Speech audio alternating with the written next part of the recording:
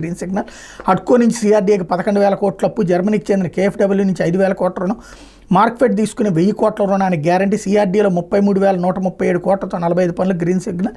Jal Jeevan machine ద్వారా గత ప్రభుత్వం చేపట్టే 11,400 కోట్ల విలువైన 44,195 పనులు రద్దు అన్నటువంటి వార్తని హైలైట్ చేశారు. అయితే కేటీఆర్పై ఏసీబీ కేసు, ఫార్ములా ఈ కార్ రేసు వ్యవహారంలో నమోదు, రేసుకి అనుమతి లేకుండా నిబంధనలకు విరుద్ధంగా 54 కోట్లు చెల్లించినట్టు ఆరోపణలు అన్నటువంటి వార్తని హైలైట్ చేశారు. ఇకపోతే విద్యుత్ ఛార్జీల భారంపై ప్రజా పోరాటం సజ్జల. రాష్ట్రంలో అన్ని వర్గాల ప్రజలపై విద్యుత్ ఛార్జీల భారం మోపిన చంద్రబాబు నేతృత్వంలోని టీడీపీ కూటమి ప్రభుత్వం తక్షణమే దాన్ని ఉపసంహరించుకోవాలని, ఈ విషయంలో ప్రజలకు అండగా నిలిచేందుకు ఈ నెల 27న అన్ని నియోజకవర్గ కేంద్రాలు తలపెట్టిన ర్యాలీలు, మెమోరాండం సమర్పించే కార్యక్రమంలో పార్టీ శ్రేణులు ఉత్సాహంగా పాల్గొనాలని వైఎస్ఆర్సీపీ రాష్ట్ర సమన్వయకర్త సజ్జల రామకృష్ణారెడ్డి పిలిపించారు. తాడేపల్లిలోని వైఎస్ఆర్సీపీ కేంద్ర కార్యాలయంలో గురువారం ఆయన పార్టీ రీజనల్ కోఆర్డినేటర్లు, జిల్లా అధ్యక్షులు, ఎంపీలు, ఎమ్మెల్యేలు, ఎమ్మెల్సీలు, నియోజకవర్గ ఇన్ఛార్జీలు, అనుబంధ విభాగాల అధ్యక్షులు, రాష్ట్ర కార్యదర్శులు, ముఖ్య నేతలతో టెలికాన్ఫరెన్స్ నిర్వహించారు. ఆయన ఏమన్నారంటే, రాష్ట్రంలో విద్యుత్ ఛార్జీల భారం మోపిన ప్రభుత్వంపై ఒత్తిడి తీసుకొచ్చేందుకు వైఎస్ఆర్ కాంగ్రెస్ పార్టీ అధ్యక్షులు వైఎస్ జగన్ ఈ కార్యక్రమానికి పిలుపునిచ్చారు. అన్ని అసెంబ్లీ నియోజకవర్గ కేంద్రాలు